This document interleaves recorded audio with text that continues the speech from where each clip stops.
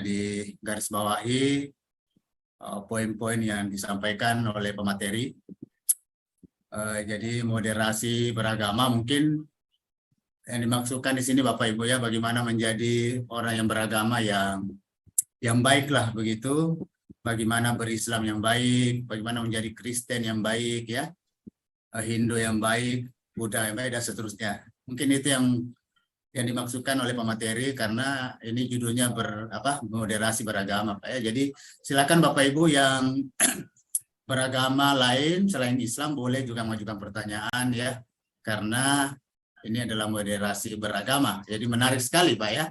Jadi bukan cuma Islam saja yang dimaksudkan di sini, tapi semua yang beragama begitu ya. Jadi marilah kita menjadi beragama, orang yang beragama yang baik gitu ya. Nah, mungkin itu Bapak Ibu inti daripada materi hari ini, bagaimana menjadi pemeluk agama yang baik. Apakah Islam, apakah Kristen, Hindu, dan seterusnya. Iya, menarik sekali Bapak Ibu. Silakan, mungkin ada hal yang mau ditanyakan, langsung silakan. Kalau belum ada, ini ada beberapa pertanyaan Pak Ali, mungkin bisa dijawab Pak. Oh oke, saya lihat dulu ya. Ya boleh. Ini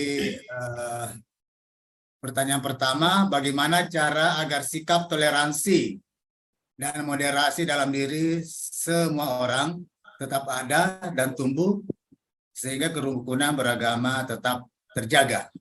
Ini yang pertama Pak, silakan. Oke, baik. Ini justru memang yang mau saya sampaikan tapi waktu habis. Jadi judulnya kan dialog beragama sebagai salah satu strategi supaya kita mempunyai sikap yang moderat ya, moderasi beragama. Jadi dialog antar agama itu, maksud saya dialog antar agama itu ya namanya dialog, ada perjumpaan. Ini salah satu cara. Jadi dialog beragama itu kita maksudnya berjumpa dengan orang yang berbeda, salah satunya itu adalah salah satu strategi untuk kita bisa memahami agama kita lebih moderat ya. Tapi perjumpaan itu ada banyak macamnya. Ada perjumpaan yang sifatnya ya dalam pertemuan sehari-hari seperti ini ya. Ada di PTIC kan ada banyak anggota, ada yang muslim, ada yang Buddha, ada Hindu, mungkin berbeda-beda. Ini adalah perjumpaan. Di dalam perjumpaan itu kemudian kan sebagaimana mungkin teori komunikasi itu kan, kalau kita bergaul, berkomunikasi dengan orang lain, kemudian kita saling mengenal, saling mempersepsi, saling kemudian memahami apa sih yang diekspektasi mereka, apa ekspektasi kita, kemudian kok agama kita begini dininya. Nah, kemudian kan kita akan berpikir, oh seharusnya apa sih pemahaman yang sebenarnya tentang agama kita, sehingga kita akhirnya mencari pemahaman yang benar tentang pemahaman yang moderat dalam agama kita itu bagaimana. Mungkin Bapak Ibu sebelum kenal orang yang berbeda mungkin hanya mengatakan bahwa yang lain itu kafir itu ya, kira-kira begitu ya. Kemudian yang berbeda dengan cara saya sholat, berbeda saya dengan cara berwudu itu tidak benar. Tapi setelah melihat mereka, ternyata kemudian kita mencari referensi, mencari pemahaman tentang pemahaman yang berbeda dari kita. Ternyata akhirnya kemudian menumbuhkan sikap yang lebih kritis dengan pemahaman yang radikal tadi ya. Kemudian akhirnya misalkan ya, kemudian kita mengambil hal yang moderat untuk dipraktekkan dalam praktek beragama kita sehari-hari. Kemudian yang kedua, perjumpaan yang kedua adalah perjumpaan dengan cara studi agama-agama. Studi agama-agama ya mendalami agama menurut referensi, menurut sumber-sumber pemahaman atau pengetahuan agama itu. Jadi kalau benar-benar bahwa saya orang Muslim ingin memahami orang Kristen, ya saya harus membaca referensi-referensi atau sumber-sumber resource pengetahuan keagamaan, sumber-sumber yang ada di kalangan masyarakat Kristen ya. Begitu pula kan orang Kristen ketika ingin memahami Islam itu seyogianya juga berdialog, berjumpa, mencari referensi-referensi, resource pemahaman keagamaan dari kalangan Muslim dan seterusnya. Kemudian perjumpaan ketiga mungkin yang paling tinggi adalah perjumpaan pengalaman spiritual.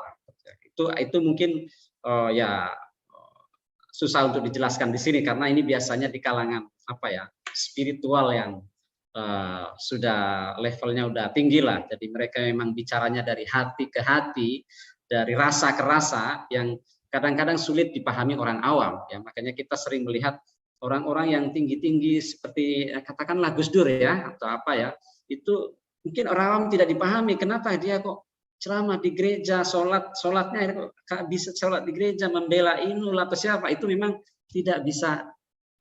Tapi itu berdasarkan pengalaman yang spiritual yang ini. Kalau perjumpaan ini ada, maka akan tumbuh sikap moderat yang lebih mungkin ya.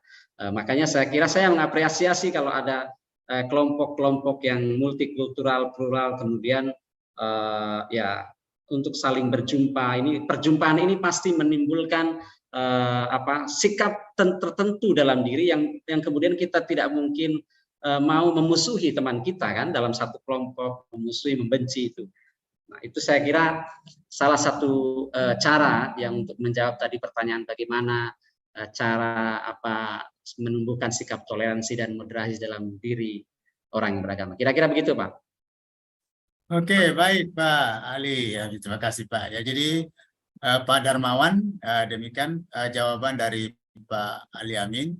Intinya bahwa sikap toleransi dan moderasi itu bisa dibangun dengan mengawali adanya perjumpaan antar pemeluk agama ya Bapak Ibu ya. Jadi Islam, Kristen, silakan kita melakukan pertemuan-pertemuan yang bisa membangun rasa persaudaraan dan rasa saling memahami. Iya, terima kasih Pak Limuin atas pencerahannya. Mungkin ada yang ingin bertanya langsung, silakan Bapak Ibu, baik di YouTube maupun yang ada di Zoom, silakan. Ingin bertanya langsung, silakan Pak, Bu. Raise hand boleh. Kita masih ada. Ya, silakan Bapak Ibu, mungkin ada yang mau bertanya. Kalau tidak ada mungkin dari chat Bapak. Iya, di chat saja. Ya, oke. Yang kedua Pak Ali, ini pertanyaan selanjutnya adalah ini bertanya Bapak Ali, apa yang dapat dilakukan masyarakat untuk menerapkan moderasi beragama dan kehidupan sehari-hari? Mungkin mirip tadi Pak ya? Mirip ya, saya kira mirip.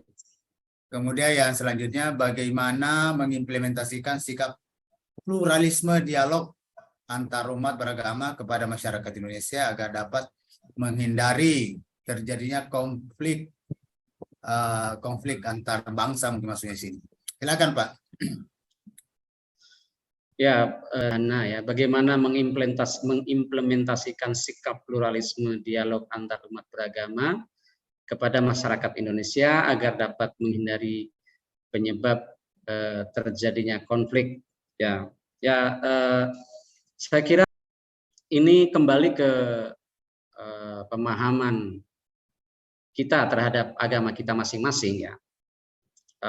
Saya sebagai Muslim mencontohkan bahwa di dalam Islam itu harus paham bahwa tugas utama seorang manusia, seorang hamba, seorang Muslim itu adalah memenuhi akadnya. Akad itu janji. Nah, janji kita sebagai orang Indonesia, kita ditakdirkan tinggal di Indonesia kan, lahir di Indonesia tanpa kita minta. Kita sudah lahir di Indonesia, yang Indonesia itu sudah ada sebelum kita lahir misalnya, umumnya yang ada di sini kan begitu ya. Dan Indonesia sudah lahir, dulu para pendirinya sudah sepakat, sudah berjanji sepakat bahwa bangsa kita ini ya berdasarkan Pancasila, bukan berdasarkan yang lain. Dan kita sebagai anak-anak bangsa itu sudah terikat dalam kesepakatan itu. Dalam kesepakatan itu, sebagai Muslim, tugas seorang Muslim adalah meneruskan kesepakatan yang sudah diciptakan oleh founding fathers kita. Apa kesepakatannya? Yang menjaga Pancasila, hidup berdampingan dengan orang lain, bersama-sama menjalankan negara yang bangsa yang sudah kita dirikan dengan jerih payah, dengan darah orang-orang tua kita dulu. Tugas kita itu maka menjaga sesuai dengan janji kita sebagaimana sudah di agama kita Islam misalnya sudah menugaskan setiap muslim untuk memenuhi janjinya, akadnya, bahwa kita hidup bersama, tidak hidup bersama-sama, menjaga kebersamaan ini, menjaga Indonesia. Nah, saya kira dalam agama-agama lain juga begitu kan. Jadi ya hidup sebagai masyarakat bersama itu paling penting adalah bagaimana kebersamaan itu diikat dalam satu janji, untuk kemudian janji itu kita ketepati. Nah, karena itu Indonesia itu berdiri sudah atas janji orang-orang tua kita, dan kita kemudian tinggal melanjutkan. Tugas kita adalah meneruskan Indonesia yang sudah plural ini, sudah multikultural, sudah berbineka tunggal ika itu. Maka kalau kita mengkhianati janji suci kita dulu, maka berarti kita bukan seorang Muslim yang baik, seorang Kristen yang baik, seorang Hindu atau Buddha yang baik. Saya kira itu sebagai mengimplementasikan agama dalam tataran sosial, itu kira-kira seperti itu. Terima kasih. Ya, baik. Terima kasih Pak Ali atas jawabannya. Demikian Ibu Hana ya. Jika belum puas, mungkin masih bisa ditanyakan jika masih ada waktu. Waktu kita masih ada 6 menit, Bapak Ibu. Kalau belum ada yang mau bertanya langsung, kita lanjut Pak. Mungkin masih ada pertanyaan dari YouTube.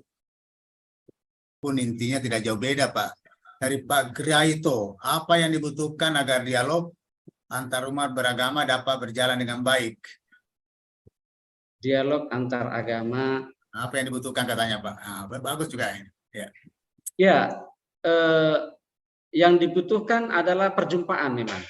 Kembali ke perjumpaan. Agar terjadi dialog antar agama yang baik, pertama adanya fasilitas perjumpaan antar orang yang berbeda agama, berbeda tradisi. Kalau sudah ada fasilitas, termasuk ini kan fasilitas ya, kita organisasi yang berasal dari orang yang berbeda-beda. Nah, kemudian berkumpul di situ saling membicarakan program, walaupun program yang dibicarakan mungkin awal-awalnya kan tidak soal agama, pasti kan pasti soal kebutuhan bersama, kebutuhan air, kebutuhan misalkan kebersihan sungai, kebersihan laut, itu dibicarakan. Tapi lama-lama kan yang penting kita kenal dengan orang itu, kemudian ternyata mereka berbeda tradisi. Setelah adanya arena untuk perjumpaan itu, kemudian kan akan meningkat mungkin, kemudian ya salah satunya adalah membaca literatur yang benar ya, literatur yang benar sesuai dengan yang seharusnya. Misalkan di dalam Islam ya, kemudian ada literatur yang ya, atau kemudian ulama, referensi atau scholar yang memang ahli di bidangnya. Jadi setelah ada fasilitas perjumpaan, kita tentu akan bertanya, akan mereferensi kepada ahli atau literatur yang valid kira-kira, yang memberi kekuatan secara kekuatan pengetahuan kepada kita ya. Kemudian masyarakat, saya kira masyarakat dan juga pemerintah. Jadi masyarakat yang memberikan keleluasaan kepada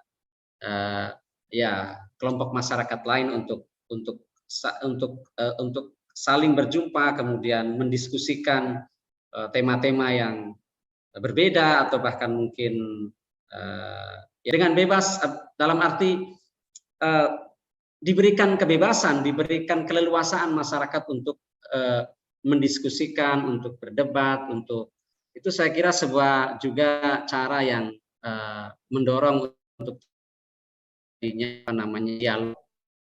dialog antar agama gitu. Bagaimana Pak Sudarto, itu menjawab atau tidak? Ya, sudah lumayan Pak itu. Tinggal mungkin yang bertanya apakah sudah nyambung atau ya. Ya, jadi intinya Bapak Ibu ya yang bertanya tadi Pak Graito ya. Pak, apa yang dibutuhkan agar dialog antar umat beragama dapat berjalan dengan baik, ya itu tadi Bapak Ibu ya. Jadi membaca referensi-referensi yang benar berkaitan dengan hal-hal yang ingin dikaji begitu Bapak Ibu. Iya. Masih ada satu, Pak. Masih ada waktu, kurang lebih 4 menit. Apa itu, Pak? Masih ada Siap. pertanyaan, Pak. Ini respon saja barangkali tanggapannya Bapak. Ini dia mendefinisikan moderasi beragama, yaitu meyakini kebenaran agama sendiri secara radikal dan menghargai, serta menghormati penganut agama lain yang meyakini agama mereka tanpa harus membenarkannya. Nah, bagaimana pandangan itu, Pak Adi? Apakah Ya, ya lurus atau perlu diluruskan atau ya silakan, Pak. moderasi beragama adalah meyakini kebenaran agama sendiri secara radikal. Saya kira ini radikalnya harus tanda kutip ya, jangan secara radikal. Saya setuju kalau itu setuju ya. Jadi kebenaran agama sendiri secara radikal dalam tanda kutip dan menghargai serta menghormati penganut agama lain yang meyakini agama mereka tanpa harus membenarkannya. Ya. Saya kira ini memang pengertian yang disosialisasikan oleh Kementerian Agama, saya kira ini sudah, dan itu pernah dalam ujian biasanya muncul itu. Enggak, itu biasanya di Kementerian Agama kemarin ada ujian indeks moderasi beragama. Jadi ada Pak di Kementerian Agama. Jadi ada indeks moderasi beragama. Nah, salah satunya ditafsirkan seperti itu, seperti ini. Moderasi beragama meyakini agama sendiri secara radikal. Tapi kalau catatan saya radikal itu tanda kutip. Dalam arti kita ya harus meyakini bahwa agama kita paling benar, ya. Agama kita paling benar ya. Seperti saya orang Jawa ya, saya takdirkan orang Jawa misalkan ya, Jawa bagi saya benar, bagi saya Jawa adalah yang terbaik bagi saya, kira-kira seperti kan. Kemudian Islam bagi saya, orang Islam adalah yang terbaik, Kristen bagi orang Kristen adalah yang terbaik, kira-kira. Harus meyakini, jangan kita tidak meyakini nanti malah nggak sholat, nggak ke gereja, nggak kemana-mana kan. Jadi harus bicara itu dalam tanda kutip radikal itu seperti itu. Kita harus meyakini sambil menghormati, menghargai keyakinan agama atau praktek agama lain tanpa harus membenarkannya. Membenarkannya tentu kembalinya kepada diri kita gitu ya. Tapi kepada diri kita. Tapi bahwa ya ke orang lain tentu dia juga, orang Kristen juga begitu, orang Islam juga begitu tanpa membenarkan agama lain. Tapi bahwa saya tadi sudah sampaikan sebelumnya bahwa dialog beragama itu memungkinkan adanya 3 perjumpaan, dan misalkan perjumpaan yang terakhir tadi yang spiritual itu mungkin saja lebih dari definisi yang ini ya, membenarkan, karena ada orang-orang yang secara spiritual kemudian mempunyai pemahaman yang ya apa namanya, lebih apa nih, esoteris like. Nah, kalau makanya yang Kementerian Agama ini kan maksudnya untuk ya kalangan yang general ya, maka kemudian yang disampaikan dan seharusnya saya sampaikan juga itu, artinya saya menekankan yang ini. Jadi ya oke, saya kira ini catatan dan definisi yang sudah bagus. Terima kasih. Iya, terima kasih kembali Pak Ali atas pencerahannya. Waktunya pas 5 menit sudah terlewati Bapak Ibu. Jadi waktu kita untuk tanya jawab sudah habis. Tiba waktunya kita closing statement. Sebelum kita masuk ke closing statement, mungkin perlu kami garis bawahi dari pertanyaan-pertanyaan tadi. Intinya adalah bagaimana supaya toleransi dan moderasi agama itu bisa berjalan dengan baik, dan dijawab oleh narasumber kita Pak Ali Amin PhD bahwa selayaknya selalu diadakan perjumpaan ya, pertemuan-pertemuan, baik pertemuan-pertemuan formal maupun non formal, antar seagama maupun antar agama yang berbeda.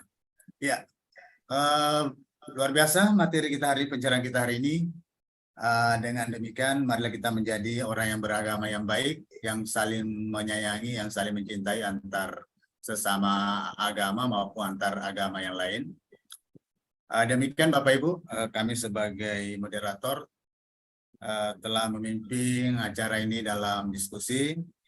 Mudah-mudahan semuanya berberkah bagi kita semuanya, menambah wawasan kita dan menambah silaturahim di antara kita semuanya. Baik, Bapak Ibu, kami ucapkan terima kasih atas segala perhatiannya dan mohon maaf jika ada hal yang kurang berkenan di hati Bapak Ibu semuanya. Selanjutnya acara closing statement yang dibawa